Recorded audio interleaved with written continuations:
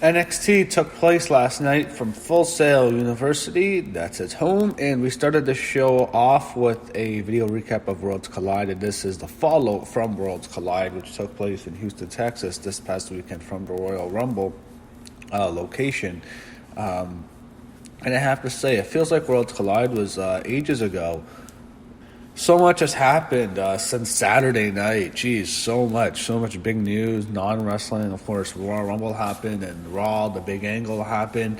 It feels ages ago Worlds Collide happened. Anyway, he started off with Finn Balor against Trent Seven.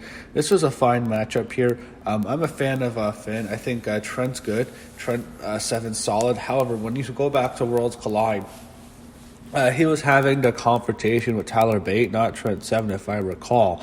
So I guess they could set up a Finn Balor-Tyler Bate match maybe down the road sometime. I think that'd be great. I'd love to watch Finn Balor and Tyler Bate. But he's facing Johnny Gargano at NXT TakeOver of Portland in a few weeks, actually. So that's going to be a fantastic matchup. But I think Trent Seven's solid. They have a decent matchup.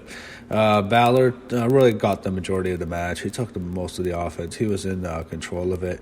He hit the coup de grace, or the coup de grace, I don't know what you call it, the diving double stomp, and he followed up with the 1916 DDT. 1, 2, 3.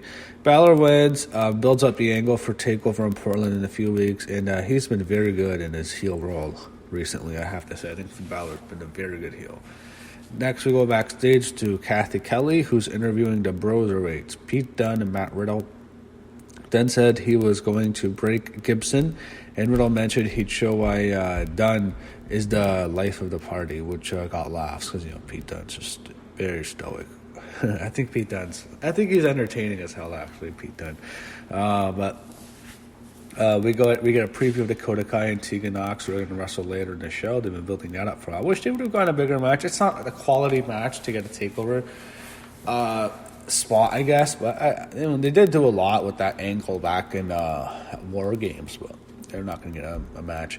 Next, we had Shotzi Blackheart against Deonna Purrazzo. I don't know what they're doing much with Deonna Purrazzo. I don't know. She's been on the main roster too. I think she's been on main events.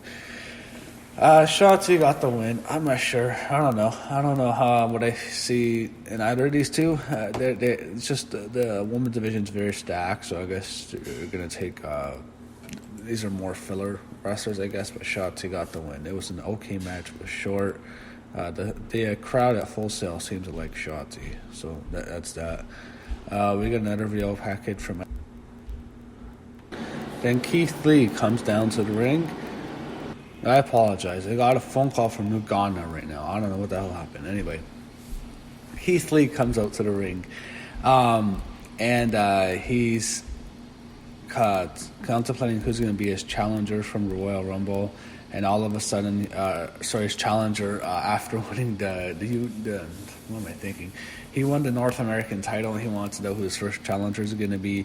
And before he can announce his challenger, Punishment Martinez comes out, and he comes inside the ring, and he holds the mic upside, and he talks about how he wants a North American title. And then you have Dijakovic come out, and he wants a match too, and he calls Martinez bootleg Marilyn Manson, which is pretty funny. I think they have a matchup now. They have Dominic Dijakovic and Damian Priest. And the winner, I guess, probably gets Keith Lee. Okay matchup here. It was fine. Two big athletic guys, Dijakovic and Priest. Good matchup here. I enjoyed it overall. Dominic Dijakovic. Did I call him Punishment Martinez? Yeah, that's what I sometimes think of him. Or Damian Priest, Punishment Martinez. It was okay. The crowd enjoyed it. Eventually, Dominic Dijakovic gets the win. I guess he gets to face Keith Lee later. They go backstage, and we see Wurzel's Young Vets, and we get a segment with them, and they are ready for their Dusty Rhodes Tag Team Classic, which is the main event. Kathy Kelly interviews Tommaso Ciampa, and he refers to the NXT Championship that Goldie is coming home. When NXT returned from commercials, we saw most of the members of the Undisputed Era laid out backstage right away. And then you see basically Fish on the ground, you see O'Reilly on the ground, and you see Strong on the ground, all of them practically dead. And then you have Tommaso Ciampa standing over them with like a baseball bat or something. People started chanting "Daddy's home." That was a really good segment. Ciampa then goes to the ring, and Adam Cole finds all his dead, laid out friends. They're all unconscious. Cole asked Ciampa if he's supposed to feel sorry because he was injured. Ciampa said Cole's belt belongs to him, Daddy, calling it Goldie. Ciampa then said he was going to take back the title and his life in Portland at TakeOver. He also said he is going to powerbomb Cole through the axe he made on the table on this ring. So he sets up a table while he was saying this to Adam Cole, and there's a table in the ring. William Regal comes out and says, while Ciampa was taking out the Undisputed Era backstage, he was with Cole signing a contract for TakeOver, and Cole didn't care who his opponent was. Cole went into the ring after this to confront Tommaso Ciampa, who tried to taking Cole out after a shot to the head with the microphone. It actually busted the top of Ciampa's head by Adam Cole, and this made the segment look even badass. However, Ciampa is able to overpower Cole, and he powers Adam Cole through a table while his head is bleeding, his bald head is bleeding. You see blood dripping down from his head. It smeared down, and Cole is the powerbomb through a table. And the title contract is signed by Ciampa in blood, basically. And I thought this was a really good segment. I thought that looked a great visual. I thought it looked really great. And a great build-up for the match at Portland. I don't know who's going to win. I think Cole probably, but Ciampa could win. They talk about Bianca Belair's Royal Rumble performance, and she's going to have a segment with Rhea Ripley in which it's a face-off. My prediction is Charlotte Flair comes out and announces she's challenging for the NXT Women's title at WrestleMania. She'll face the winner of Ripley and Bianca Belair at Portland. I think Rhea Ripley will beat Bianca for sure. They show Jordan Devlin. He's the NXT Cruiserweight champion. He'll be in attendance next week, and they showed a few clips from his title win at Worlds Collide when the Fatal LeRae. Next, we go to Tegan Nox against Dakota Kai. I kind of wish they would have blown this off better. Like they had such a great angle at the Survivor Series. I was wishing they'd do a bigger payoff. That's all you really got. It was okay. Had a lot of interference, to be honest. That's all the match was. It started off fine. Tegan Nox went after Dakota Kai. She tried to get revenge on her quickly. However, Kai took Nox out with a huge Kawaza kick, and then she grabbed a chair. And one thing I say about Dakota Kai, she's too small. There's something about her. Maybe it's her physique, her stature. Like, I don't take her seriously at all, especially as a heel. She tried to get a chair, but Candice LeRae comes out.